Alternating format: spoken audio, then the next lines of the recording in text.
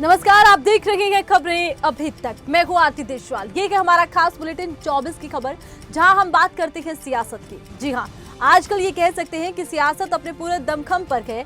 वजह यह है कि 24 के चुनाव अब नजदीक हैं। 24 के चुनावों की तैयारियों में तमाम पार्टियां लगी हैं। न केवल लोकसभा बल्कि कई राज्यों में इस वक्त विधानसभा चुनावों को लेकर तैयारियां तेज हैं। 24 की खबर में हम तमाम सियासी वाद पलटवार आपको दिखाते हैं। सियासत से जुड़ी हर खबर पर आपको हम रूबरू करवाते हैं। तो चलिए आगाज करते हैं। केंद्रीय मंत्री अनुराग ठाकुर 2024 को ध्यान में रखते हुए हिमाचल प्रदेश में लगातार अपने विरोधियों को घेर रखेंगे। एक बार फिर से गरीबी के मुद्दे पर कांग्रेस को इतिहास याद दिलाते हुए अनुराग ठाकुर ने कहा, कांग्रेस के राज में गरीबी बहुत ज्यादा थी और बीजेपी सबका साथ सबका विकास के नारे के साथ आगे बढ़ी। सबका साथ सबका विकास, इसी मूल मंत्र के साथ भारतीय जनता पार्टी ने काम किया और तभी 13.5 करोड़ गरीब गरीबी रेखा से बाहर निकल कर आ पाए। कांग्रेस की जब सरकारें थी तब गरीबों को और गरीबी रेखा के नीचे धकेला जाता था, ज्यादा लोग गरीब हुए। तो 24 के चुनावों को लेकर एक तरफ तैयारियां चल रही हैं, इधर वार पलटवार का दौर भी लगातार आगे बढ़ता हुआ नजर आ रहा है। अनुराग ठाकुर ने एक बार फिर अपने विरोधियों को निशाने पर लिया, कांग्रेस पर जमकर निशाना साधा है।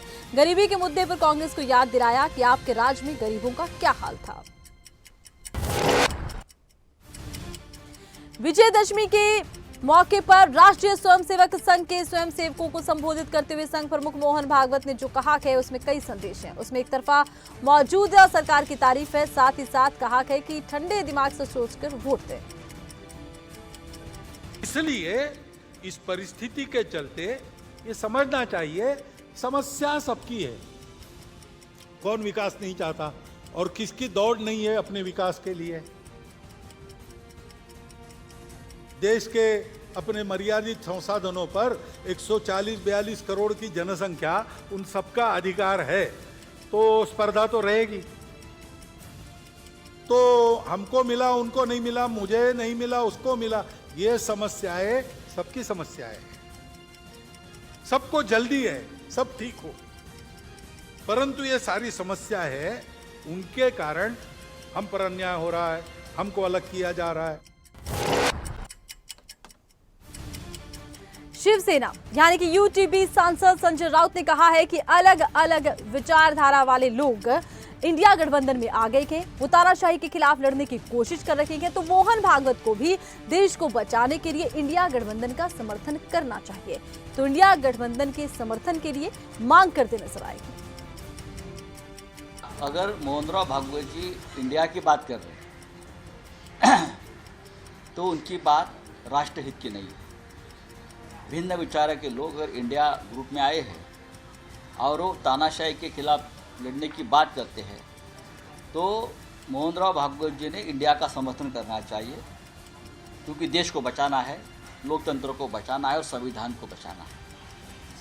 अगर भिन्न विचारों की बात मोहनराव भागवत जी कर रहे हैं, सरसंघ चालक कर रहे हैं, तो उनको पता होना चाहिए जब जब देश के लोकतंत्र पर। केंद्रीय मंत्री अनुराग ठाकुर ने कांग्रेस पर घोटाले के आरोप लगाए। अनुराग ठाकुर ने कहा, भारत को नरेंद्र मोदी सरकार ने आत्मनिर्भरता की ओर आगे बढ़ाया और कांग्रेस पर जवानों के नाम पर राजनीति करने के आरोप लगाए। ये मुद्दा 2024 में भी कांग्रेस के खिलाफ बीजेपी उठा सकती है। बड़ा मुद्दा है और देखिए कांग्रेस को लेकर निशाने पर साधा के अनुराग ठाकुर ने मुद्दा लिया है सेना का। उन्होंने कहा है कि कांग्रेस बात तो बहुत बनाती है, लेकिन कांग्रेस को याद रखना चाहिए कि सेना को लेकर उन्होंने किस तरह के बयान दिए थे। लड़ाकू विमान हो, हथियार हो, बम हो, बंदूक हो, मिसाइल हो, सब में दलाली खाने का काम किया। नेहरू जी के समय में जीप घोटाले से लेकर राजीव गांधी जी के बोफोर्स घोटाले से लेकर सबमरीन घोटाला, अगस्ता वेस्टलैंड घोटाला, एक के बाद दूसरा घोटाला कांग्रेस का नजर आता था। वन रैंक वन पेंशन भी कांग्रेस ने पूरा नहीं किया, शुरू तक नहीं किया, वो भी नरेंद्र मोदी जी ने किया। दिग्विजय सिंह के बयान पर मुख्यमंत्री शिवराज सिंह चौहान ने कहा कि बेटियों की पूजा सनातन संस्कार में है। मैं रोज बेटियों की पूजा करता हूं, लेकिन आप बेटियों की पूजा को नाटक नौटंकी कहते हैं। आप जैसी घटिया सोच वाले बेटियों का सम्मान बर्दाश्त नहीं कर सकते।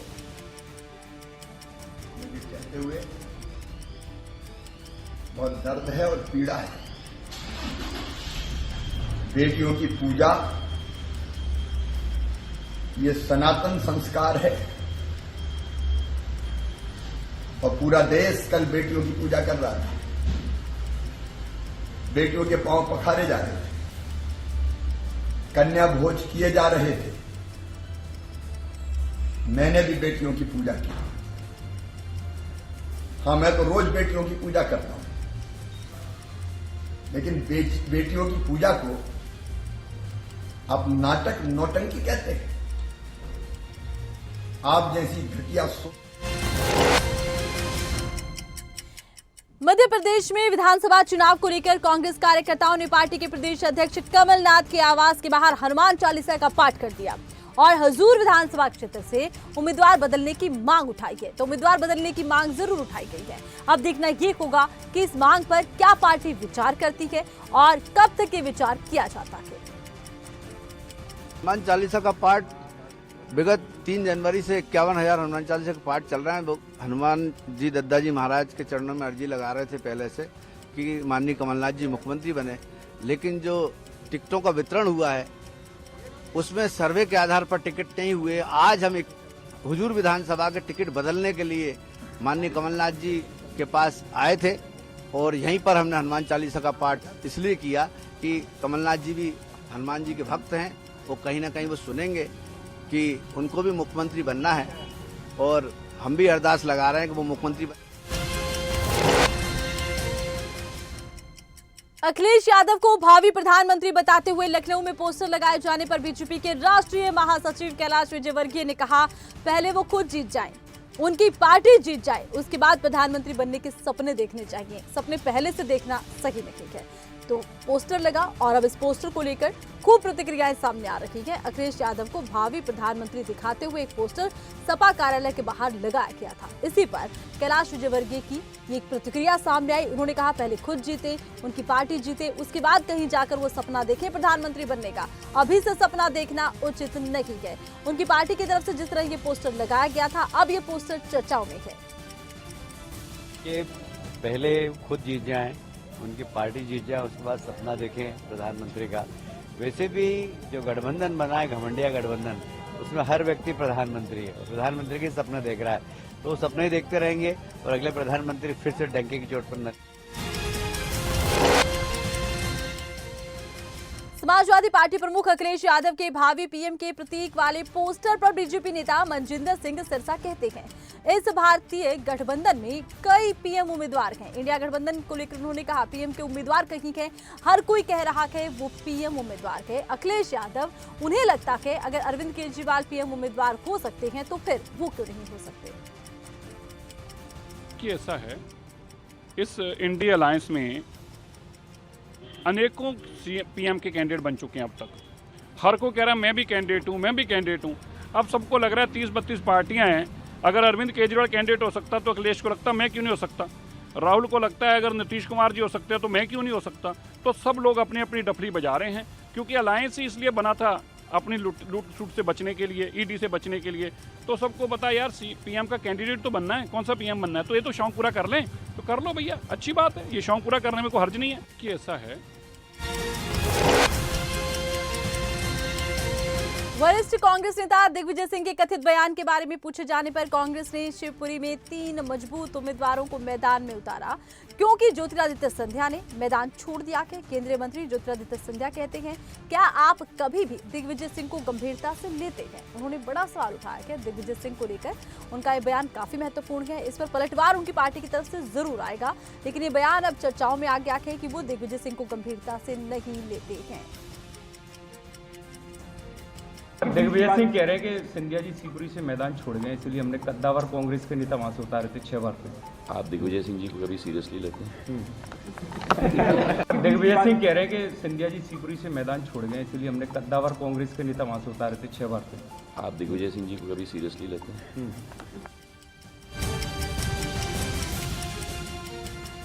देखिए, जिस तरह से ज्योतिरादित्य सिंधिया ने बयान दिया है, एक तरह से पलटवार के तौर पर कांग्रेस पर देखा जा रहा है। देखना ये होगा कांग्रेस इस बयान को लेकर क्या प्रतिक्रिया देती है। बात हम बसपा की करेंगे। बसपा ने राजस्थान में 4 सीटों पर अपने प्रत्याशियों की घोषणा कर दी है। जयपुर की सांगानेर विधानसभा सीट से रामलाल चौधरी, रामगढ़ से दीवान चंद, बांदीकुई से भवानी सिंह गुज्जर और कोटपुतली से हैं प्रकाश चंद सैनी, जिन्हें उम्मीदवार बनाया गया है। सपा देखिए बहुत ज्यादा एक्टिव फिलहाल नजर नहीं आ रही है, बहुत ज्यादा प्रचार में नहीं जुटी है, लेकिन अब जिस तरह से उम्मीदवारों की घोषणा कर दी गई है, माना यह जा रहा है आने वाले दिनों में सपा की तरफ से भी राजस्थान चुनाव में खूब प्रचार किया जाएगा, क्योंकि अब सपा की तरफ से अपने उम्मीदवारों की एक सूची जारी कर दी गई है। भले ही कम उम्मीदवार फिलहाल चुनावी रण में उतारे गए हैं, लेकिन अब प्रचार का दौर जरूर देखने को मिलेगा। यहाँ पर हम आपको ये बता दें कि सपा बहुत ज्यादा सीटों पर अपने उम्मीदवार नहीं उतारने वाली है, लेकिन जितने भी सीटों पर उम्मीदवार उतारे जाएंगे वहां पर जमकर प्रचार जरूर सपा की तरफ से किया जाएगा। इधर चुनावी रण में सीधे तौर पर टक्कर की हम बात करें तो कांग्रेस और बीजेपी को आमने सामने देखा जा रहा है, और यही वजह है कि लगातार कांग्रेस के दिग्गज, बीजेपी के दिग्गज चुनावी रण में प्रचार राजस्थान में करते नजर आ रहे हैं। बाकायदा अगर हम बात कर रहे हैं बीजेपी के कई बड़े नेता इसी वक्त चुनावी रण में प्रचार करने लगातार जुटे हुए हैं। बढ़ते अगली खबर की तरफ। कर्नाटक के उप मुख्यमंत्री डीके शिवकुमार ने कहा है कि राज्य में मुफ्त बस सेवा का लाभ उठाने वाली महिलाओं समेत लाखों लोग इस उत्सव को देखने के लिए मैसूर आए हैं। ये राज्य में कांग्रेस सरकार की ताकत है। तो देखिए कांग्रेस की ताकत उन्होंने कहा है कि महिलाओं को मुफ्त में बस सेवा दी गई है, इसका लाभ महिलाओं ने उठाया है, और उन्होंने कहा कि उनकी पार्टी को काफी मजबूती राज्य में मिल रही है। कांग्रेस सरकार की ताकत आम जनता दिखा रही है, क्योंकि बड़ी संख्या में लोग पहुंचे। Lakhs of people, women especially, came on a free bus, Shakti Yojana, all over the state. See the women crowd. They have brought their children, they have brought their family, they are enjoying. This is the strength of the Congress government. I think lakhs of people, women especially, came on a free bus, Shakti Yojana, all over the state. See the women crowd. They have brought their children, they have brought their family, they have brought their... Chhattisgarh के पूर्व मुख्यमंत्री रमन सिंह ने कहा है कि भूपेश बघेल की सरकार को 5 साल हो गए हैं। ये सरकार सभी किसानों के कर्ज माफ करने का वादा किया करती थी। सत्ता में ये कहकर आए थे कि किसानों का कर्ज माफ करेंगे, लेकिन 5 साल हुए हैं, अभी नहीं पूरे, लेकिन अभी भी किसानों के ऊपर एक बार फिर से करोड़ों का कर्ज आ गया है। को और भूपेश की सरकार को 5 साल हो गए और अद्भुत ये सरकार है जो आज से 5 साल पहले कर्जा माफी की घोषणा के बाद सभी किसानों के कर्जे माफ करने का वादा करने के बाद सत्ता में आई थी। जनता के किसानों के आंख में धूल झोंककर 5 साल हुआ नहीं, अब वो किसान के ऊपर फिर से सैकड़ों करोड़ों का कर्ज आ गया। ये स्थिति छत्तीसगढ़ में बनी हुई है कि किसान कर्ज के बोझ से दबता जा रहा है। सरकार की नीति ऐसी है। केंद्रीय मंत्री अनुराग ठाकुर ने एक बार फिर से कांग्रेस पार्टी पर जमकर निशाना साधा। 2024 के चुनाव में हर वर्ग को साधने के लिए सभी कोशिशें हो रही हैं, एक दूसरे पर आरोप प्रत्यारोप लगाए जा रहे हैं। इसी कड़ी में हिमाचल के दौरे पर आए केंद्रीय मंत्री अनुराग ठाकुर ने बाबा साहेब भीमराव अंबेडकर पर बोलते हुए कांग्रेस पार्टी पर जमकर सियासी प्रहार बोला है, कांग्रेस को खूब निशाने पर लिया है। और देखिए जिस तरह से लगातार देखा यह जा रहा है कि कांग्रेस की तरफ से भी वार किए जा रहे हैं, तो पलटवार अनुराग ठाकुर भी कर रहे हैं। और यहाँ तक कि डॉक्टर भीमराव अंबेडकर जी को न केवल कांग्रेस पार्टी से निकाला गया, चुन चुनकर उनको चुनाव हराए गए पंडित नेहरू जी के द्वारा, और ये रिकॉर्ड कहता है कि उनको भारत रत्न भी कांग्रेस ने नहीं दिया। ये सब तब मिला जब कांग्रेस की सरकारें नहीं थी, गैर कांग्रेसी सरकारें थी। तो कांग्रेस केवल वोट बैंक के लिए नारे देती रही, किया कुछ नहीं। कांग्रेस के 3 नेता आशा दोहरे, अनिता जैन और राकेश जैन बीजेपी में शामिल हो गए, जिस पर केंद्रीय मंत्री ज्योतिरादित्य सिंधिया ने कहा, अनिता और राकेश, इन दोनों से मेरा पारिवारिक और ऐतिहासिक रिश्ता रहा है। राजनीति में मैं जनसेवा से जुड़ा हूं, किसी कारण से वो हमारे साथ नहीं थे, आज वो वापस हमारे साथ जुड़ गए हैं। देखो, मेरा एक पारिवारिक रिश्ता और ऐतिहासिक रिश्ता इन दोनों के साथ रहा है। अनीता के साथ रहा है, राकेश के साथ रहा है। तो मैंने आप लोगों को कई बार कहा है, मैं राजनीति में नहीं हूँ, मैं जनसेवा में हूँ। और जो मेरे रिश्ते मैं कोशिश करता हूँ बनाने के लिए, चाहे इनके साथ हों चाहे आपके साथ भी हों, वो दिल के रिश्ते बनाने की कोशिश करता हूँ। कुछ कारणवश हमारे साथ ये नहीं रहे। राजस्थान सरकार में मंत्री प्रताप सिंह खाचरियावास ने कहा कि बीजेपी को जितना घमंड था वो टिकट घोषित होने के बाद टूटा है। बीजेपी काम के आधार पर चुनाव नहीं लड़ रही। अगर बीजेपी में दम है तो उसे अपनी पिछली सरकार के काम के आधार पर चुनावी मैदान में उतरना चाहिए था। काम की तुलना की जाए तो इस राज्य को विकसित करने में और सार्वजनिक कल्याण करने में कांग्रेस की भूमिका रही है। तो जितना घमंड था वो उनके टिकट घोषित होने के बाद टूटा है। भारतीय जनता पार्टी काम के आधार पर चुनाव नहीं लड़ रही। बीजेपी में यदि दम है तो बीजेपी को अपने केंद्र में किए कामों के आधार पर और पिछली जो बीजेपी की सरकार थी वसुंधरा जी की, उसके आधार पर चुनाव मैदान में उतरना चाहिए। इधर उधर की बात नहीं करनी चाहिए। तो वो काम की तुलना करेंगे तो राजस्थान स्टेट को डेवलपमेंट मॉडल बनाने में कांग्रेस सरकार की भूमिका बड़ी। सिर्फ कांग्रेस ने इसको डेवलपमेंट मॉडल स्टेट बनाया।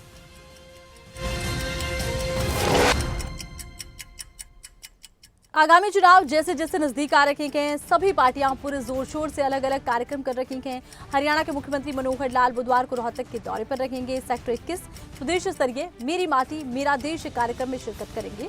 प्रदेश के सभी जिलों से मिट्टी लेकर कलश यात्रा कार्यक्रम में सीएम मनोहर लाल हिस्सा लेंगे। मंच के बिल्कुल पीछे बनाई अमृत वाटिका में सीएम पौधारोपण भी करेंगे। ये पूरा कार्यक्रम रहेगा। आपको बता दें कि कार्यक्रम को लेकर खास तैयारियां की गई हैं, विशेष तैयारियां की गई हैं और जिस तरह से लगातार अभियान चलाया जा रहा है, मेरी माटी को लेकर कलश यात्रा निकाली जा रही है, इसको लेकर भी लगातार दिखाया जा रहा है। अलग अलग राज्यों में बीजेपी कार्यक्रम का आयोजन कर रही है। अब मेरी माटी मेरा देश कार्यक्रम में शिरकत सीएम मनोहर लाल करने वाले हैं। आपको बता दें कि प्रदेश के सभी जिलों से मिट्टी लेकर कलश यात्रा कार्यक्रम होगा। सीएम मनोहर लाल इसमें हिस्सा लेंगे और बड़ी बात यह रहेगी कि मंच के बिल्कुल पीछे अमृत वाटिका भी बनाई गई है, जहां पर कि सीएम मनोहर लाल पौधारोपण करने वाले हैं। –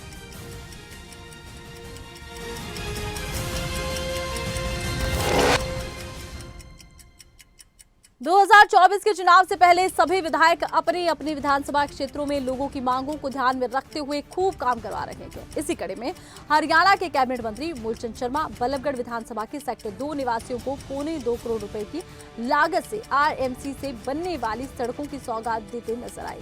ये सड़कें हरियाणा शहरी विकास प्राधिकरण द्वारा बनाई जाएंगी। कैबिनेट मंत्री मूलचंद शर्मा ने सेक्टर वासियों को संबोधित करते हुए कहा कि बल्लभगढ़ विधानसभा में विकास कार्यों को लेकर कोई कमी नहीं छोड़ी जाएगी और लगातार देखा यह जा रहा है कि कई तरह के कार्यक्रम आयोजित किए जा रहे हैं और जिस तरह से कार्यक्रम किए जा रहे हैं, भव्य कार्यक्रमों का आयोजन हो रहा है और विकास कार्यों पर पूरी तरह से फोकस विधायक कर भी रहे हैं। जो कहा जा रहा है कि चुनाव नजदीक आ रहे हैं, उससे पहले विकास कार्यों की एक तरह से झड़ी लगा दी गई है। लगातार नेता आम जनता के बीच पहुंच रहे हैं। आम जनता की मांगों पर विचार भी किया जा रहा है और ऐसी मांगे जिन्हें जल्द पूरा किया जा सकता है उन्हें किया भी जा रहा है। शिमला के सुन्नी में सीएम सुखविंदर सिंह सुक्खू ने कई विकास कार्यों के उद्घाटन और शिलान्यास किए हैं, जिसके बाद सीएम सुक्खू ने एक जनसभा को संबोधित किया। सीएम सुक्खू ने इस मौके पर बीजेपी को खूब निशाने पर लिया है। आपको बता दें कि लगातार देखा जा रहा है कि सीएम सुक्खू कई ऐसे मुद्दे हैं जिनको लेकर बीजेपी को निशाने पर लेते नजर आ रहे हैं। ऐसा बेड़ा गर्क किया पिछले 5 साल में भारतीय जनता पार्टी की सरकार ने, मुख्यमंत्री ने, मंत्रिमंडल के सदस्यों ने। ये सच्चाई है। स्कूलों में टीचर तक नहीं थे, 900 स्कूल खोल दिए, नोटिफाई कर दिए, लेकिन टीचर नहीं है।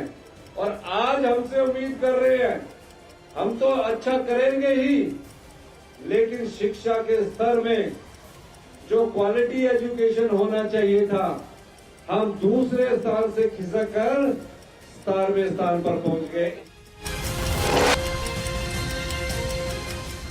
हिमाचल में इन दिनों आपदा को लेकर खूब सियासत हो रही है। हिमाचल के सीएम सुखविंदर सिंह सुक्खू ने कहा कि 3 महीने में सड़कें और पानी सबको हमने जोड़ा है। इतनी तेजी से पहले कभी काम नहीं हुआ है। मंडी में आपदा राहत की पहली किश्त हमने जारी की, 31 करोड़ रुपए की पहली किश्त हम जारी कर चुके हैं और आपदा राहत कार्यों में लगातार हम तेजी लेकर आ रहे हैं।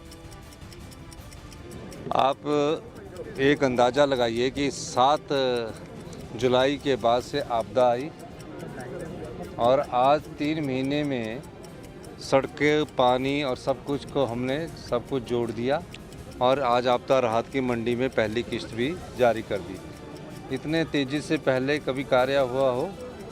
और अभी हमने 31 करोड़ रुपए की पहली किस्त जारी की है। तकरीबन आंशिक और पूर्णतया क्षतिग्रस्त मकानों की संख्या 7200 के करीब है और इस राशि जारी कर बीजेपी प्रदेश अध्यक्ष डॉक्टर राजीव बिंदल ने सुक्खू सरकार को आड़े हाथों लिया कि राजीव बिंदल ने कहा कि सुक्खू सरकार को बीजेपी को कोसने की आदत हो गई है। जब भी देखो मुख्यमंत्री और उनकी पूरी की पूरी कैबिनेट मात्र बीजेपी को दोष देने में लगे हैं। बीजेपी ने ये नहीं किया, बीजेपी ने वो नहीं किया। हम कांग्रेस पार्टी के नेताओं से ये जरूर पूछना चाहते हैं, कांग्रेस सरकार का 10 महीने का कार्यकाल पूरा हो गया और अभी तक कांग्रेस ने क्या किया, ये जनता को बताओ। हिमाचल प्रदेश में पिछले लगभग 1 साल से कांग्रेस पार्टी की सरकार श्री सुखविंदर सिंह सुक्खू जी के नेतृत्व में चल रही है। माननीय मुख्यमंत्री जी शायद ये भूल जाते हैं कि उनकी सरकार है। लगातार भारतीय जनता पार्टी को कोसना, भारतीय जनता पार्टी ने ये नहीं किया, भारतीय जनता पार्टी ने वो नहीं किया। 1 वर्ष हो चला। उत्तराखंड में दिसंबर महीने में होने वाले इन्वेस्टर समिट को कामयाब बनाने के लिए राज्य सरकार ने एड़ी चोटी का जोर लगा दिया है।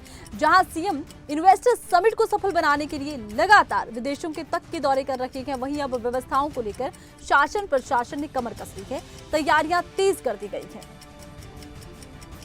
दिसंबर के फर्स्ट वीक में इन्वेस्टर समिट यहाँ पे प्रस्तावित है। इसके लिए माननीय मुख्यमंत्री जी और सभी सरकार के वरिष्ठ अधिकारीगण लगातार इसमें प्रयास कर रहे हैं।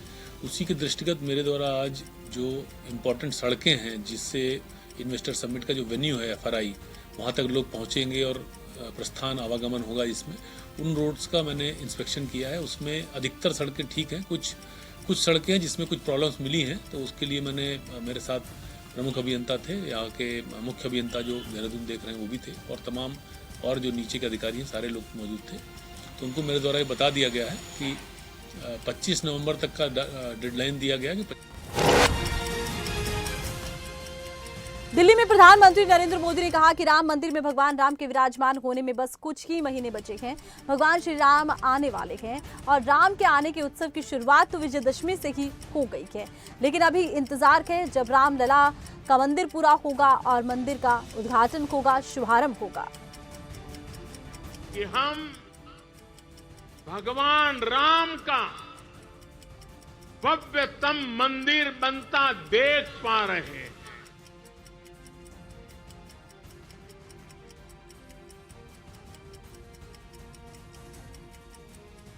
और अयोध्या की अगली रामनवमी पर रामलला के मंदिर में गूंजा हर स्वर पूरे विश्व।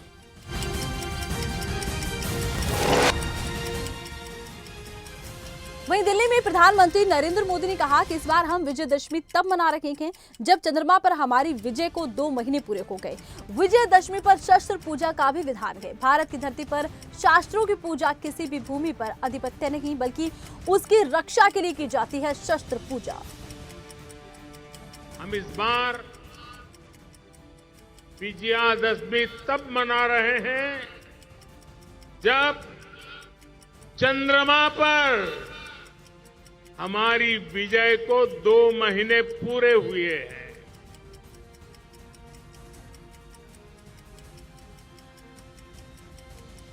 विजयादशमी पर शस्त्र पूजा का भी विधान है। भारत की धरती पर शस्त्रों की पूजा